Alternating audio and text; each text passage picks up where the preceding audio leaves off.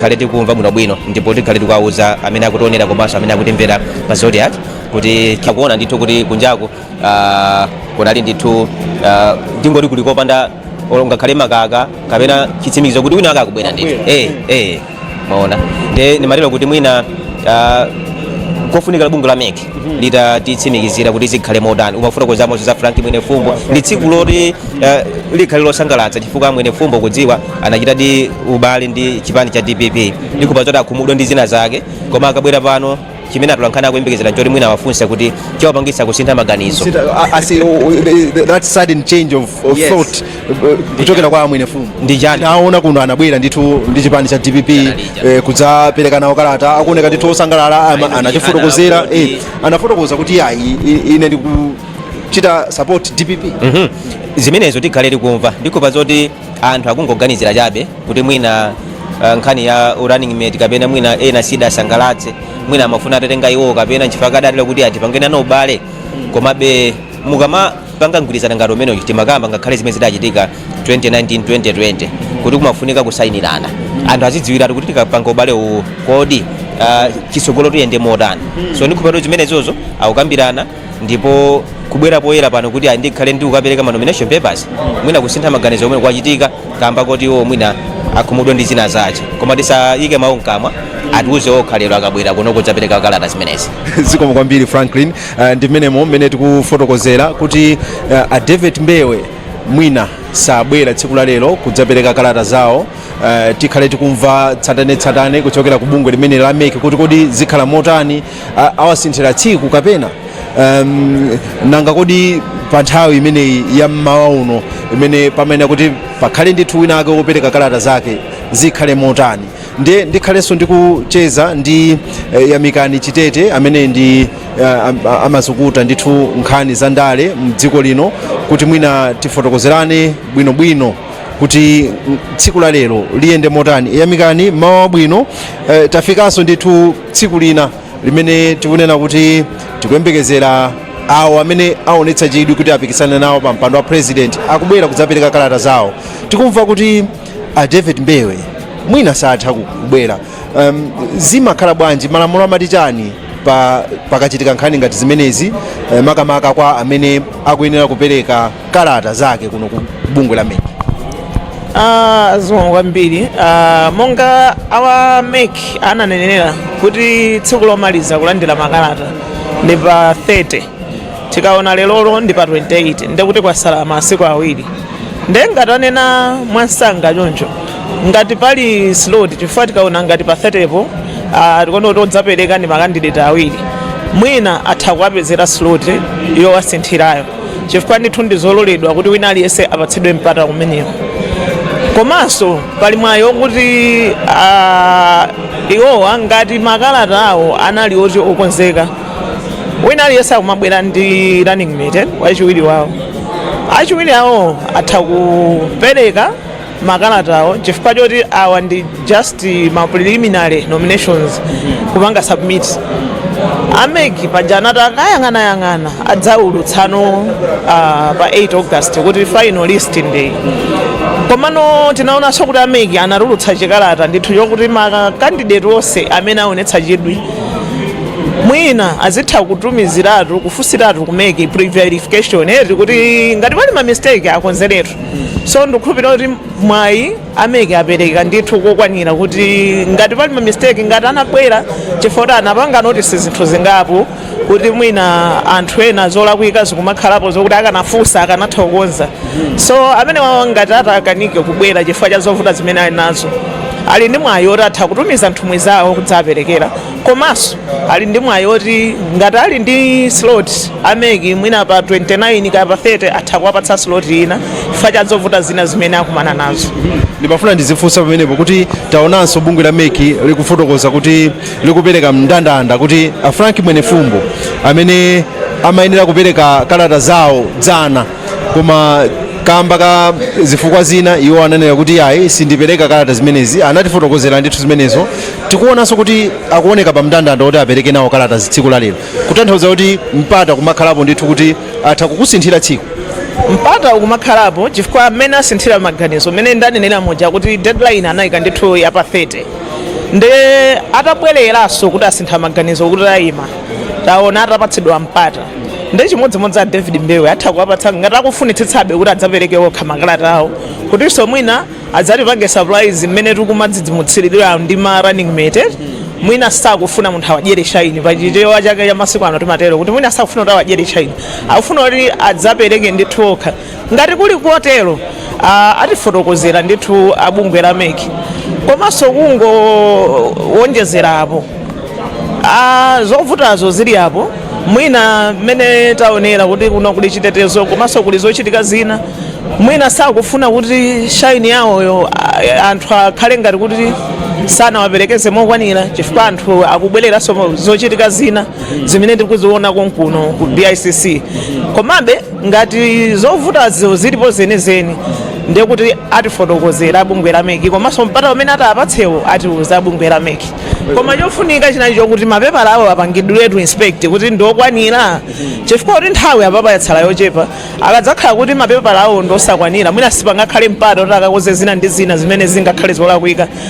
uwu ndi uthenga wapadera kuti ngati iwo akudziwa zokuti anafufuza kale kuti mapepala awo ndokwanira mpata ulipo koma ngati pali zovuta zina nde akuyenera konzeredwa asanabwere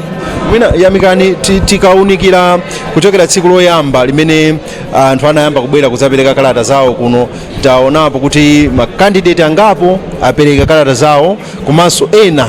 bungwe la MEC lawabweza kuti inu mwina simunalongosole zina ndi zina bwererani kaye taona kuti panali Daniel Duwe amene anabwezedwa komanso dzuloli Reverend Kalia nawonso awabweza ukuona zotani pa zimene zikumachitika kuti pakana afike kuti awabweza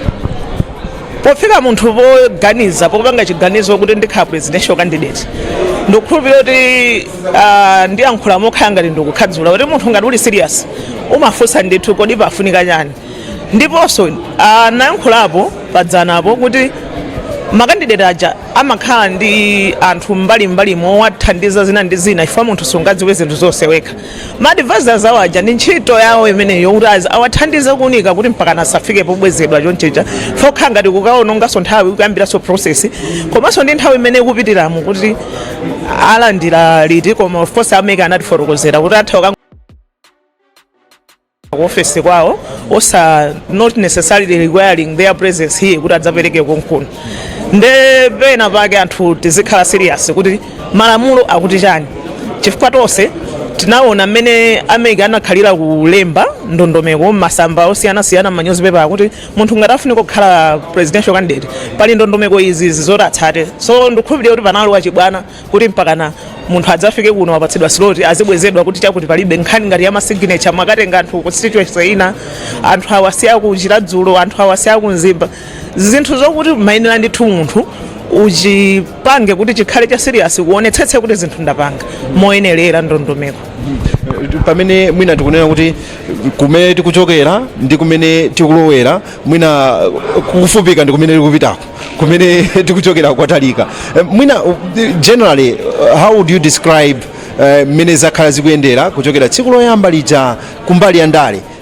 makamaka mmene akubwerera atsogoleri azipani kudzafika kuno kupereka kalata zawo ndi kumapita choyamba nditha kuyankhula ngati kumbali ya bungwe la MEC tinaona ndithu tsiku loyamba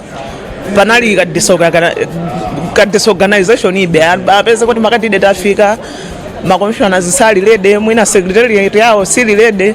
kumapezeka ndithu kuti madelays tachoncho komano ndinayankhulaponso kuti mwina chinthu chikamayamba makhala kuti zina zimene mbona ngati zili perfect sizili choncho ndi mmaphunzira koma tinaona kufika tsiku lachiwiri lija kuti zinthu zooneka zamya ngakhale tinaonaponso tizisudzo kumbali anthu andalewa kuti ena kumalowa ndi zida zosayenerera mpaka taona kuti ena amangidwapo kumaona kuti anthu sitifuna kuphunzira andi komanso mbali anthu andalewa ambiri naona kuti aphunzira chifukwa amaonerera zimene anzawo mmene amapangira taona ndithu makalafu events kuonera kuti dongosolo kumasiyanabe kuti oyamba aja mwina chifukwa anali oyamba anzawo aphunzira apanga improve izi kenaka choncho kumaonabe ndithu apart from mmene tunaonera ena akubwezedwawa kuti osatengerapo phunziro pa zawo komabe ndi process yokuti ikuoneka kuti ikuyenda bwino makamakaso kumbali ya chitetezo ndikumaona ngati anakonzekera ndithu amalero electoral commission kuti atiteteze tonse kuti bwalo kuno kusakhale ziwawa chifukwa zinthu zambiri ngati m'misonkhano ya ndalemu ndikuja timamva ziwawa timayembekeza kuti kunonso mwina kuzichitika zinthu ngati zachoncho koma taona ndithu chitetezo chokhwima kuteteza kuti mtundu wa Malawi regardless of any political party aliyense apereke mapepala ake mwamtendere komanso tiona kuti uthenga umene aupereka ameki apereka uthenga ofanana kwa zipani zonse kusatengera kuti ichi ndi chipani chaching'ono kaya ndoti oyima paokha koma aliyense akumamuyankhula ngati candidate presidential candidate which is at least promoting fairness ndi nkhawa zimene azipani taziona mbuyo omwe akulembera ameki kupanga pa demonstrations kuti ife sitikukhulupirirani koma tiona kuti uthenga akupereka ndithu ofanana. Mwina Yamika ndimafuna tikambe kwambiri mmene atsogoleri a zipani akumafikira kuno taona ndithu kuti aliyense akumafika ndithu ndi style yake. Ngati dzulo taona Reverend Kalia akubwera pa njinga ya moto yakabaza dzana dzulo lomwelo makamaka tinaonanso akabambe ndi akufika ndithu pa zimagredala akumafika ndithu aliyense ndi style yake. Aliyense ma style amene akumafikira umakhala uthenga wapadera ngati okopera anthu mmene taonera Akalia iwo aja amati akufuna kupanga relate ndi ordinary Malawians kuti anthu mwina matransport yawo ambiri amayenda pakabanza ena ndoyenda pasi ena ndokwera maminibus iwo akufuna khale kuti akupereka uthenga kuti iwo kani relate kumavuto mwina amene Malawi ali nawo osati kuti alibe ndalama kapena alibe galimoto ya 10 million ngati akwanitsa kulipira ine ndikukhulupirira kuti munthu oti wakwanitsa kulipira 10 million akhoza kukhala kuti galimoto ali nayo komanso ali nkuthekera kopanga haya galimoto yoti dzamusiye kuno chifukwa 10 million ja unless ngati alipiridwa ndi munthu wina wake nkunena zokuti ine ndilibe galimoto ndilipanyenge chifukwa anthu omweyo amene apatsa 10 million ngati apatsidwa ndi speculation yabe ngati apatsidwa akanapatsaso galimoto so ndikauthenga ndithu kapadera pamene akabambe mmene amabwera tinaona kutsogolo kwawo kuja talemba kuti atife tabwera kuzagwira ntchito akuti zimagwira ndi zimagredala ndi iwo ngati zimagredala zathu zotigwirira ntchito ya Malawi. Chabwino tinaonanso mbuyomu ma presidential aspirant akamabwera mwina akumabwera pa mpanda denga zimenezo tinazionanso a Joyce Banda akubwera ndi running mate wawo mochita kuonetsera ena kumabisa ndithu ma running mate aja kumabwera ndithu magalimoto osiyanasiyana tinaye kuti pakukhala ngati pali kusintha mmene atsogoleri akumachitira zinthu zawo akumasintha kwambiri mmene ndanenera kuti akumaphunzirana kuti awa anapanga zotani mwina ine sakapange ngati zomwezo ndingonere ngati ndaonera ndangokopera ndi inenso ndipite ndi style yanga aliyense akumene ndi style yake koma ngati issue ya running mate oti kumabisa ena kumapanga kumaunika kumaonetseratu ndi issue yomweja kuti anthu amakambirana zakanika nde mwina tinamvapo ena kunena kuti ayi ukambirana kumpaka kwafika usiku koma takanikana chifukwa tatengawa so zimaoneka kuti chifukwa choti anthu ambiri zipani zambiri zimafuna ndithu zilowe migwirizano tamvako akukamba kuti tinakambirana ndakuti so kulepherana komweko kumene akumabisa candidate kuti candidate wanga ndikangomuonetsera komweko nde zikumasonyezanso kuti anthu akadali nkufuna nde mwinanso tiona ikamafika pa 8 pokuti mwina ena apanga withdraw timva zoti tapanga mgwirizano. Yamika tikakamba za ma running mate zikuonetsa kuti chiwerengero cha amayi amene akusankhidwa ngati ma running mate chikukwera ndithu unakambapo poyamba kuti ayi zikuoneka kuti ndi zabwino kuti amayiso akupatsidwa mpata kwambiri ma political platforms azimayi kuti aboleze kuchokera kumene tinachokera ku 1994 kuja azimayi kuti aboleze akafike pa mpando mwina ngati wa secretary general ngati wa vice president wa running mate zimakhala zovuta zopsinja zimakhala zambiri kumakhala ndithu kuti nkhaza kupondereza komano panopa tikuona kuti mwina ndi makampeni atsogoleri osiyanasiyana komanso mabungwe omwe siaboma kuti ife tifuna azimayi ndi lamulo linapangidwa la Gender Equality Act kuti mwina paliponse pazikhala ndithu azimayi osachepera 40% komanso osadutsa 60% both genders ndiona ngati mwina ena kutsatira kuti ife tizisonyeza chifukwa ndipo majority so ya anthu ovota amene analembetsa ndi azimayiwo ndi mayouth nde mwina nkhani yake ndi imeneyo kuti anthu akuona kuti tithopeza ku constituency ena yake kuti kativotere kudzera mwa azimayiwa nkuwayika m'maudindomo. zikomo kwambiri amikani ndi tikhalenso tikubwera kuti tiunikirane ndi kufotokozerana zina pamene tikudikira kuti David Mbewe amene ndi candidate winner kapena aspirant winner amene akuyenera kupereka kalata zake, timve kuti kodi chitsogozo chake chikhale motani. Zikomo kwambiri amikani ndimene tikuchitira kuchokera kuno ku Bingu wa Mutharika International Convention Center BICC. Ndikaona nthawi yanga ikuonetsa kuti tikuyandikira ndithu 9:30. David Mbewe amayenera akhale atafika kuno malinga ndi mndandanda wa bungwe la MEC pa 9 koloko kuti adzapereke kalata zawo, koma malinga ndi zimene tikumva kuti iwowa mwina sabwera, tikhale tikutsimikiza bwinobwino ndi bungwe la MEC kuti kodi tsogolo lake likhale motani, tilowera kuti abwere next ndi ndani, kapena tidikire amene anayika pa mndandanda kuti wachiwiri kupereka tsiku la lero ndi amene tikhale tikudikirira pamenepa. Tikhale tikutsimikiza zimenezo bwino lomwe ndi bungwe limeneli la MEC. Koma pakadali pano mmene mukuoneramo David Mbewe sanafike kuno, tikuyembekezerabe kuti timve zonse bwino lomwe. Tsiku lina lopereka ma nomination papers kuno ku Bingu wa Mutharika International Convention Center chilichonse chapya kuno. Ndimaona ndithu kuti makomishona abungwe limeneli la MEC afika kuno achitetezo kugwira ntchito zawo bwinobwino mmene zimakhalira nthawi zonse, kuonetsa kuti iyayi akonzekanso kuti ndilina tsiku loti alandire kalata kuchokera kwawo amene aonetsa chidwi kuti azapikisane nawo pa mpando wa president. Tikhale tikupitirizabe kukupatsirani zimene zikuchitika kuno, koma pakadali pano tiyambe tapuma kaye kupumira kuti tidikire tifuze bwino lomwe kuti tsogolo la tsiku la lero likhale lotani.